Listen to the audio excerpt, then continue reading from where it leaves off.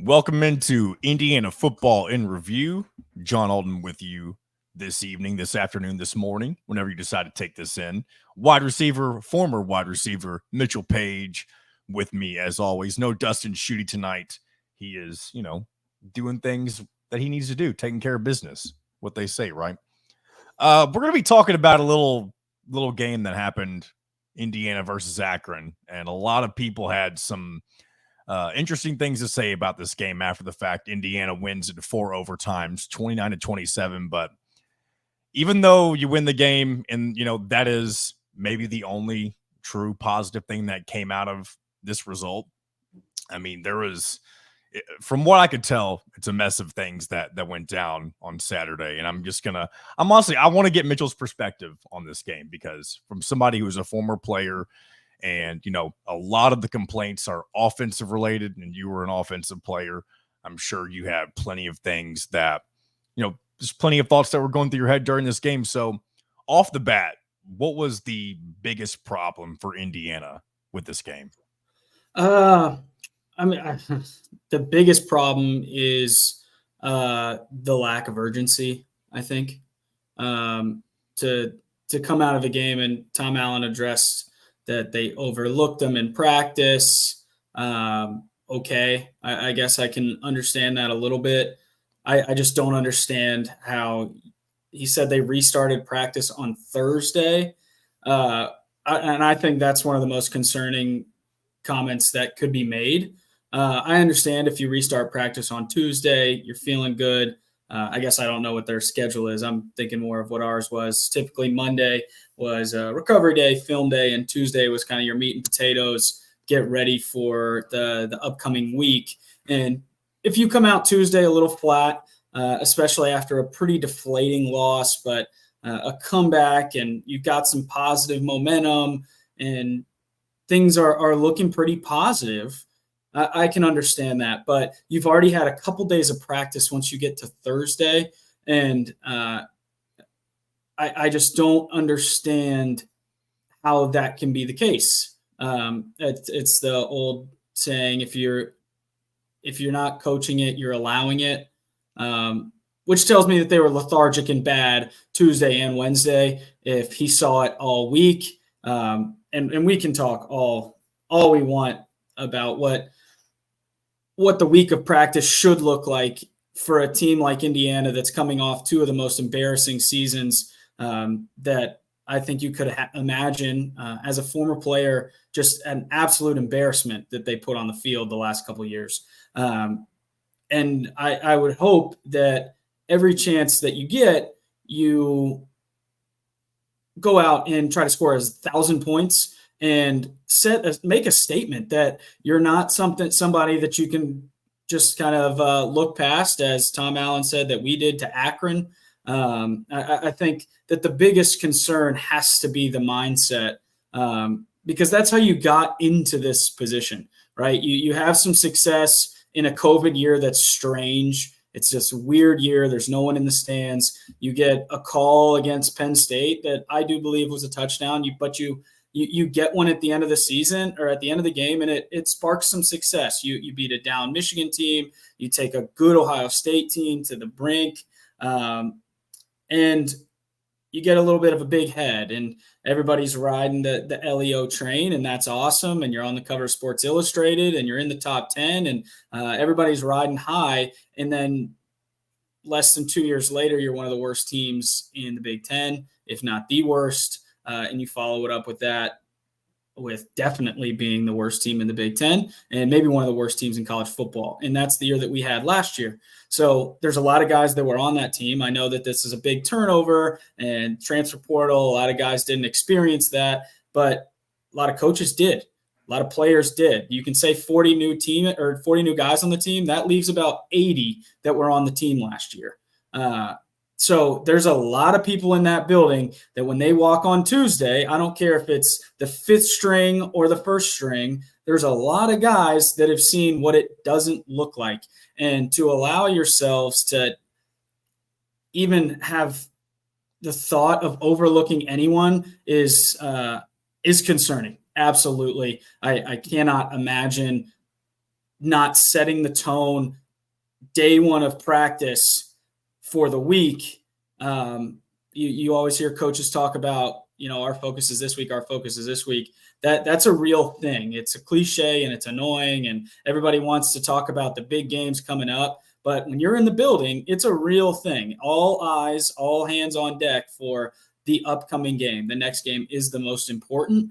And it just felt like about as bland and monotonous out of Indiana that I can remember, at least since I've been there. It was really, really hard to watch. I've got a lot of thoughts. I guess I'll stay there. I'll answer the question. Most concerning thing has to be allowing yourself to overlook anyone after the 2 seasons that you just had. Yeah, you're not, and really any team could say you shouldn't overlook anybody, but Indiana especially is not in a position where you can overlook even the smallest of opponents. Like they didn't do with Indiana State, which was, I guess a good thing. It sucks that you do it now against Akron, but I mean, the only way to rectify this is to come out and show that this kind of game was a fluke and perform to the level that you're expected against a Maryland team on the road who is undefeated. They haven't played, the toughest type of schedule so far, but they are undefeated. They look really good.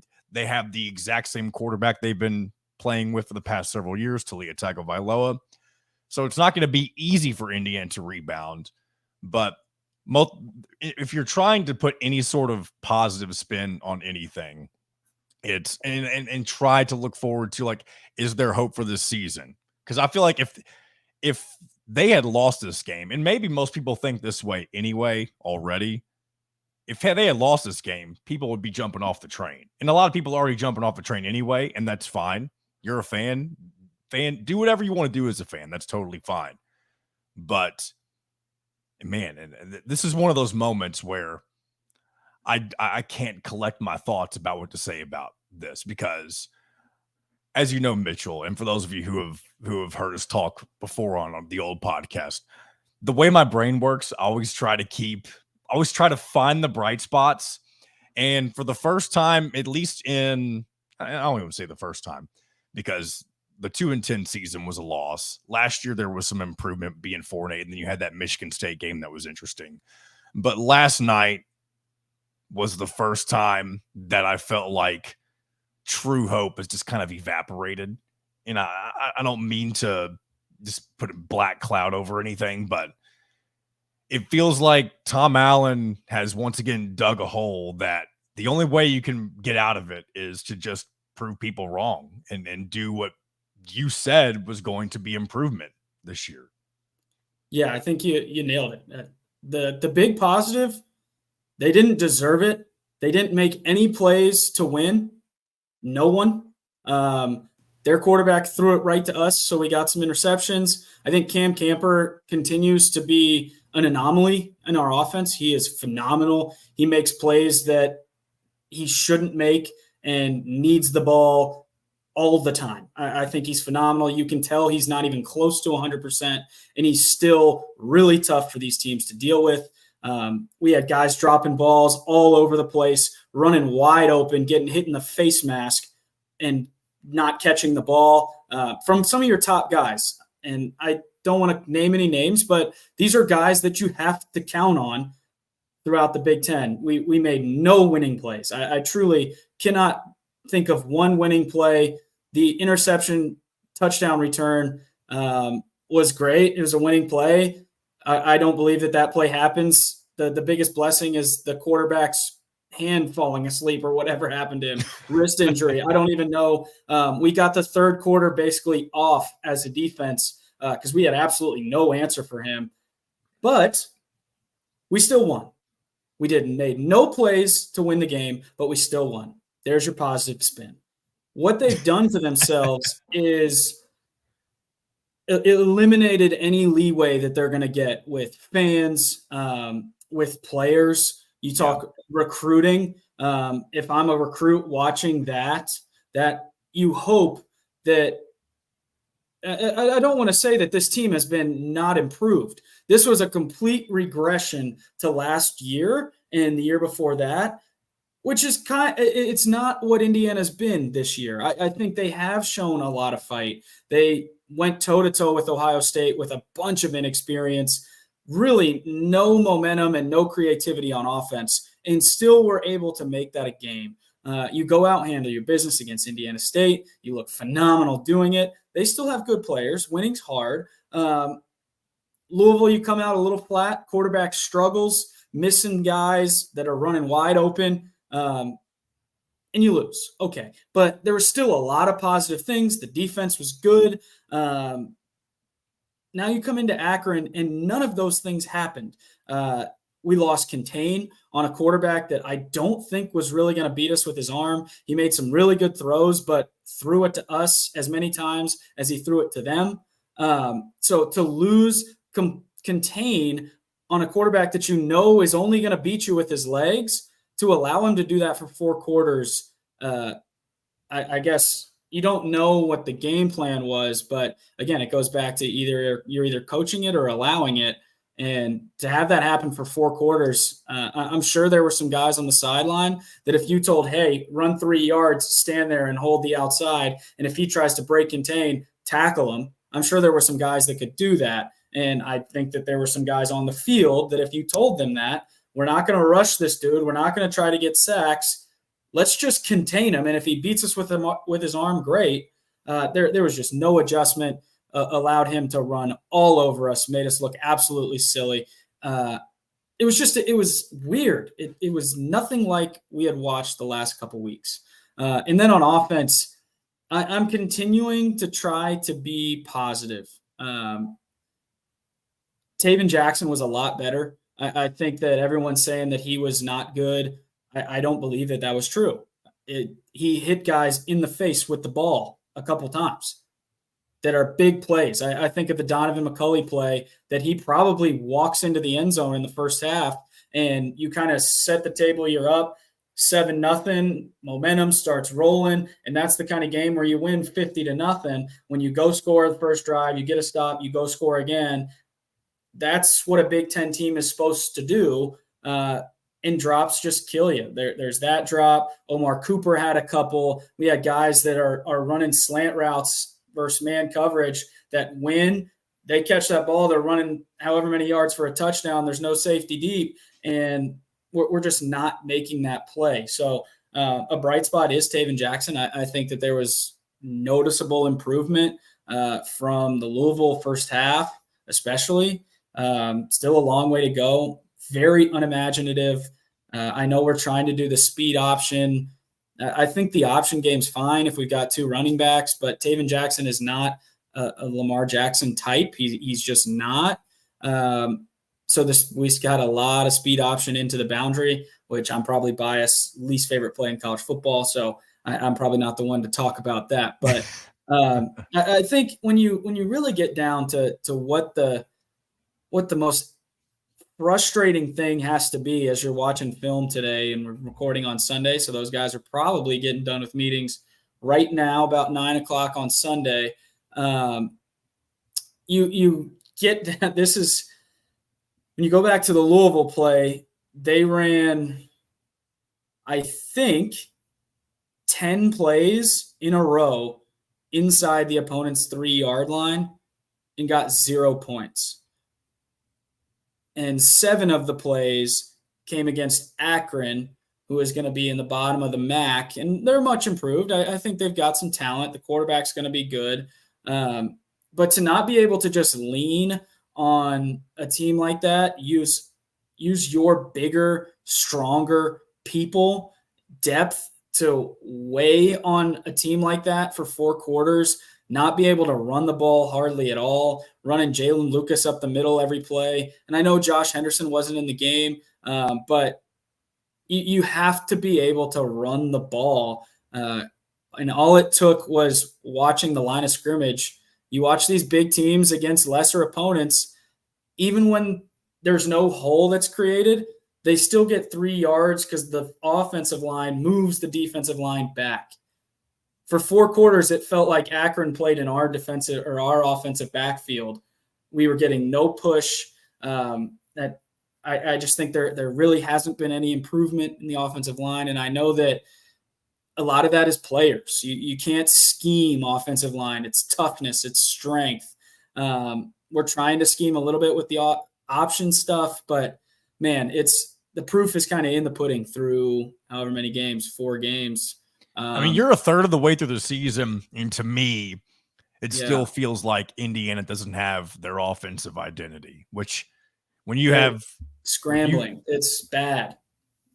And I know you've got a new quarterback, and you took the quarterback battle into the first 2 games of the season, and that is what it is. But it just seems like they don't know what they want to do. And at this point in the season, you have to at least know what your identity is, I feel like. Absolutely. They've had a ton of success with the RPO, run pass option stuff. Then they've had it feels like they've had success. Last week against Louisville, they got it rolling a little bit. We missed the throw. This week, we get it rolling, drop the ball. Can't run the ball up the middle. We start running speed option, running sideways. It just felt like we were never going north. We were always running around people, never got into space. Everything felt hard.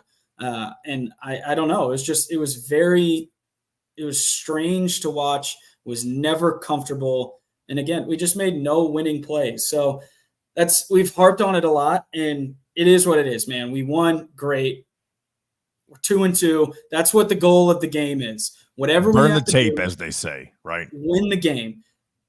All that's happened, you'll lose some people. You'll lose some fans. The stadium is not going to be full.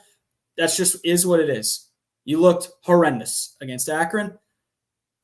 All you did is make your margins way, way tighter.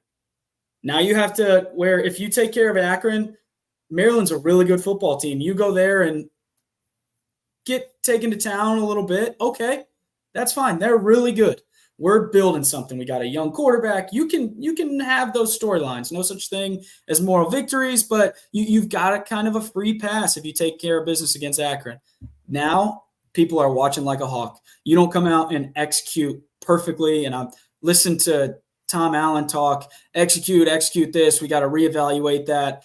Well, yeah, it's about time. We've been reevaluating for 3 years. It's about time to do something about it because that's the way that the fan base feels. And hopefully that's the way the administration feels.